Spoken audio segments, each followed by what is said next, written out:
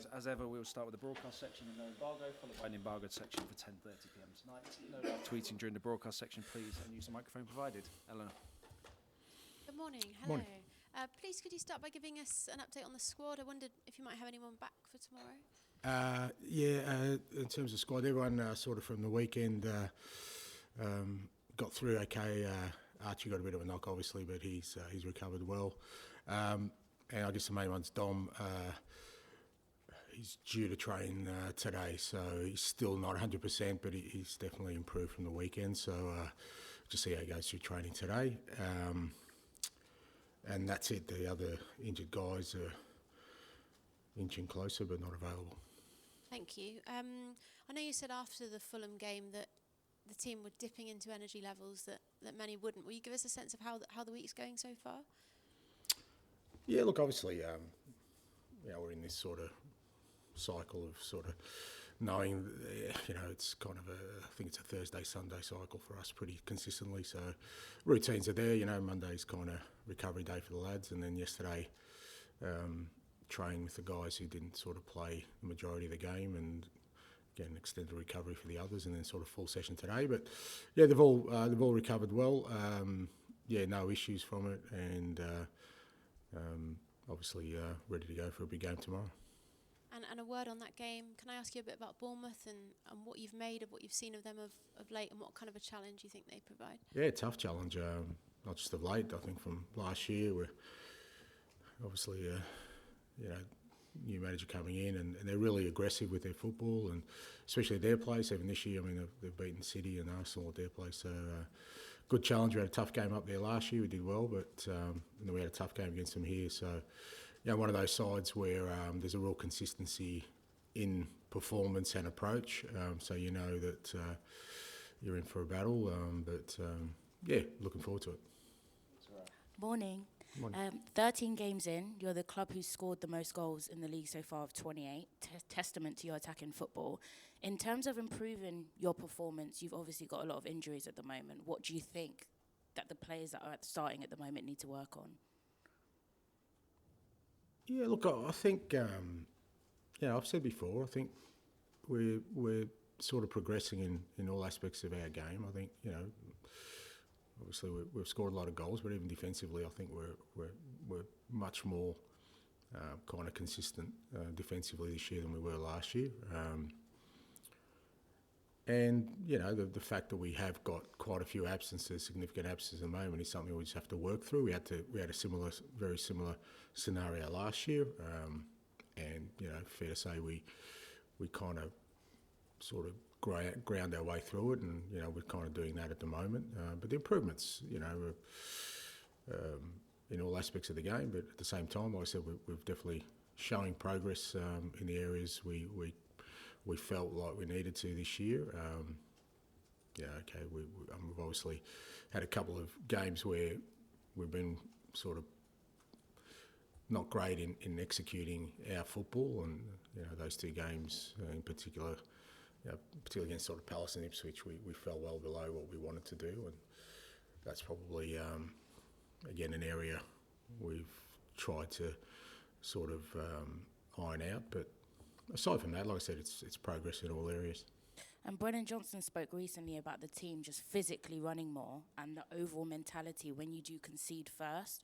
How, as a manager, do you actually work on that in-game resilience, or do you think personally it's more down to the players than working on it as a club?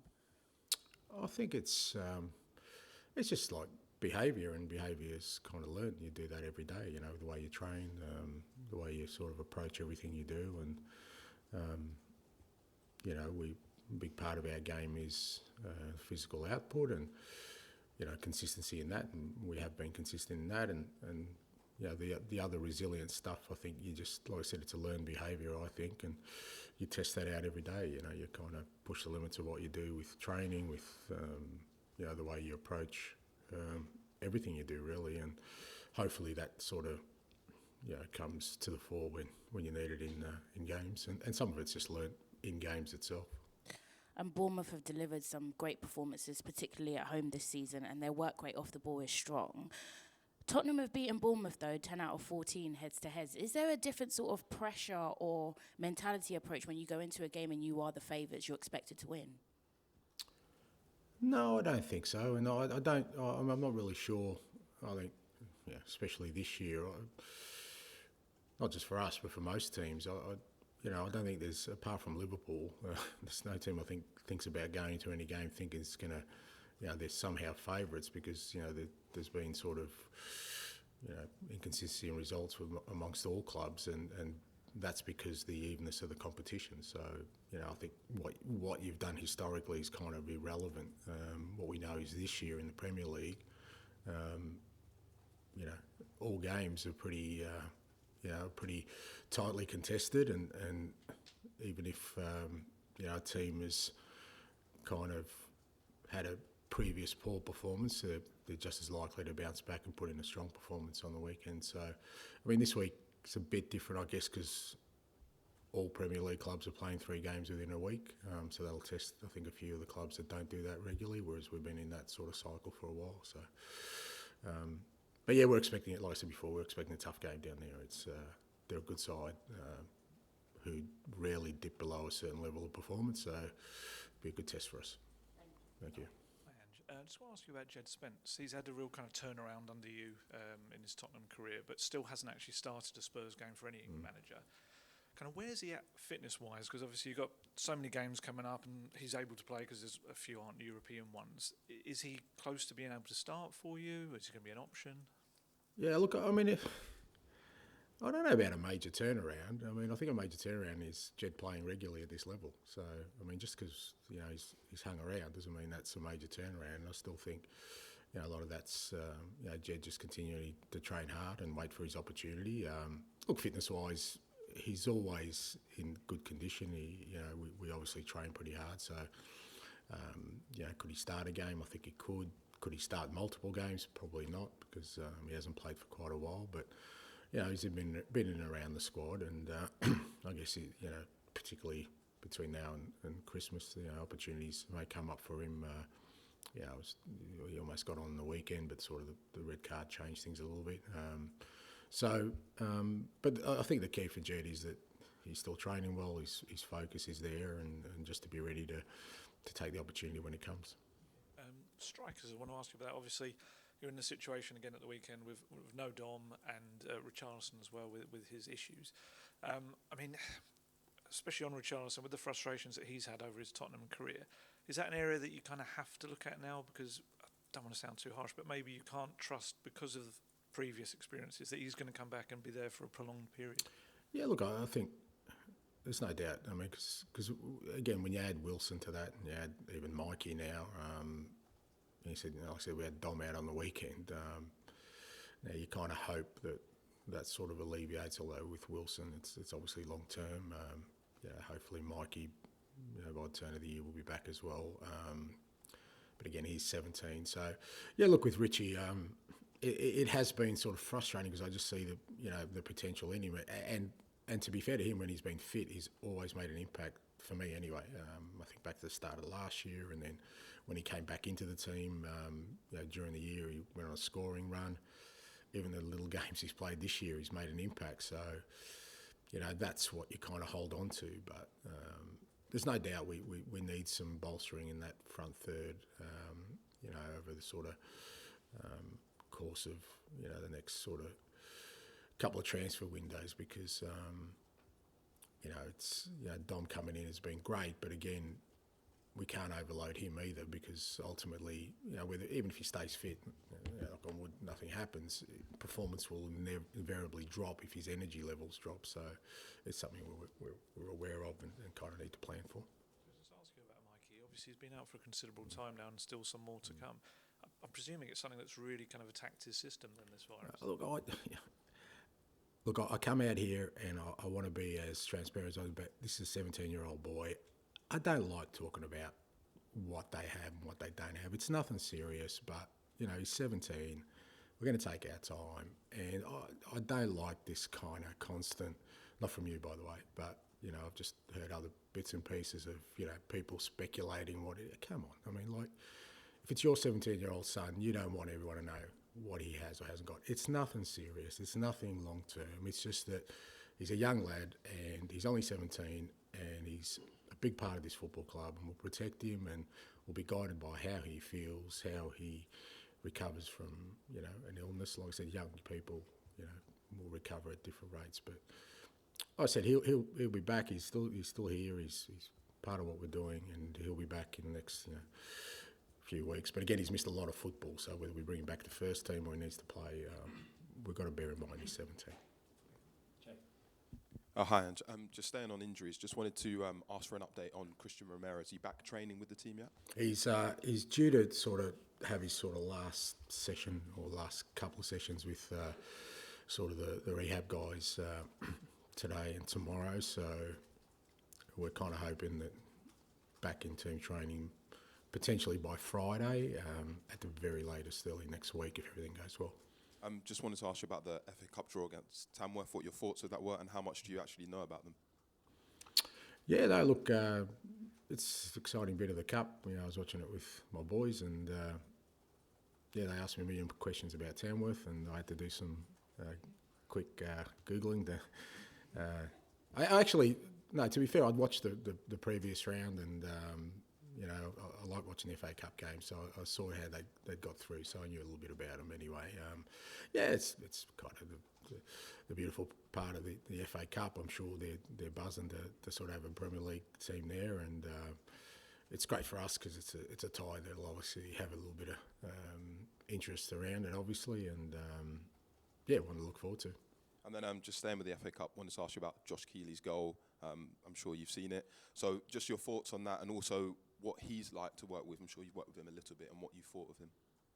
Yeah, Josh, he worked with us last year, obviously, and with Birchie. And, it's important with the young guys and with the goalkeepers, to get them eventually some game time. And I think the loan's worked out really well. He's gone there, he's worked his way into the team and he's doing really well, he's goalkeeping well. I don't know how excited I get about goalkeepers scoring headers, mate. It's great and great for him, I'm sure, but it's not kind of the attributes I'm looking for in a goalkeeper. But the pleasing thing is he's doing well, he kind of, you go into a loan club, especially as a goalkeeper, young goalkeeper, and I think you have to earn the trust of the manager to end up being the number one, and the fact that he has, and he's doing well, it's good. It's what we want to see from our loan guys. Hi, Ange. Following on from Alistair's question, between them, Jed, Archie Gray and Lucas have played 160 minutes in the Premier League. I know different positions, different people, different cases, but is there anything we can read into that? Are those three guys ready to be starting games at that level? Yeah. You're missing a big bit there, mate. How much has Archie played this year? Well, he's not in the Premier League. Yeah, that's my point. But we've had midweek games played. He's started Carabao Cup. He's started every Europa game. So he's played, like he's part of this team. So I think he's separate from Lucas, and I think we've used Archie as an 8. I mean, I don't know how many of the top sides are using 18-year-olds regularly, but I think for where Archie's at, I think we've certainly utilised him in many different areas, and I think he's done fantastically well for us. I think Lucas and Jed are a different position. I think, with Lucas again, we need to sort of make sure that we allow him sort of to develop without sort of putting him in before we think he's ready, particularly for Premier League football. I think that's where the Europa Cup's been good for us, because it's a different level of football in terms of the intensity and the tempo, and Lucas is working his way through that. He's had a sort of couple of cameos in the Premier League as well. But like I said with Jed, it's kind of a different scenario. But from us, like I said, we can't lose the sight of the fact that they're still 18, and like I said, if people can show me evidence of 18-year-olds playing regularly, apart from some exceptions, and there's a reason for that, and that is you want to sort of allow them to grow into it. But Archie, I've used Archie every time we've needed him, and he'll definitely play significant game time for us this year for sure. And you have got another 18-year-old joining you in January in Yang. Yeah. I mean, is the sheer number of kind of young players in the squad a kind of reason for patience, I guess, or Yeah, I mean, it depends which way you look at it, Dan. But it's like I've said before. I think it's the way you build. I mean, I think if you're trying to build, what you want is young players, because ultimately, every team kind of goes through its cycles, and we don't have many at sort of the top end of kind of age-wise. We've got a few in that sort of sweet spot of peak years, as they call them. But we've got a lot who are kind of going to grow into that over the next number of years. And what you want is, hopefully those 18-year-olds, because not all of them, but the majority of them are going to start growing with the team and sort of break through. So there is a kind of, longer-term view that has to be taken with what we're trying to build from a team and squad perspective. So we have gone heavy sort of on the younger ages, but that's a deliberate approach because I think we're at the start of a cycle. I think if you're closer to kind of where you want to be and 2 or 3 years into it, you're less likely to, because then you're denying them opportunities. What we're hoping is we're bringing them in, but they'll still get opportunities at this point of where we're at. So, but again, the flip side of that is with Yang, 18-year-old coming from a totally different part of the world, a different league, is a massive step than, say, Archie doing from Championship to Premier League. So, again, we just got to be mindful of kind of what impact we kind of expect for somebody like that. Is he here yet, Yang? No, he hasn't arrived yet, so he'll have some time off. Obviously, their league finishes, and I haven't spoken to the guys lately, but I know he's keen to get over here. We'll get him over here. I remember with Celtic, we signed a couple of lads from Japan and Korea, and sort of middle to late December they kind of joined us, and it was a good lead into sort of January for those guys. Just finish with George, please. No, don't throw. I don't see any athletic prowess between both of you there, mate. So. Cheers, Ange. That's all right. I'm allowed a couple of sledges, mate. You had Sergio Reguilon on the bench on Sunday, and he's obviously out of contract and hasn't played a lot, but are you looking at him and thinking he's ready if he's required over this next month? Because you've got a lot of domestic games, haven't you? Yeah, look, he's ready. He's kind of training every day, so he's part of the squad. So, we're sort of, we're down in numbers, but, there's also a reason why, Reggie's in the last year of his contract with us. So, we'll see how that all transpires, but nothing wrong with his attitude. He's obviously, like I said, training every day. And like I said, we've had literally schoolboys on the bench, so we're really down on numbers, even for the squad. So he'll probably be involved again tomorrow. And you mentioned you're down on numbers, but at the same time you sort of you rested Decky, didn't you, on Sunday? You took out Dom, and we've seen it since you've been in England that you've consistently sort of protected players. I mean, you've taken Sonny off against Aston Villa when it was 1-1. How kind of hard is it to do that as a manager when you know sort of the external pressure will be there if that result doesn't go against you? Yeah, it's not hard. I mean, you've always got to make decisions that you think are right. I mean, I'm never going to make decisions just to kind of alleviate or appease,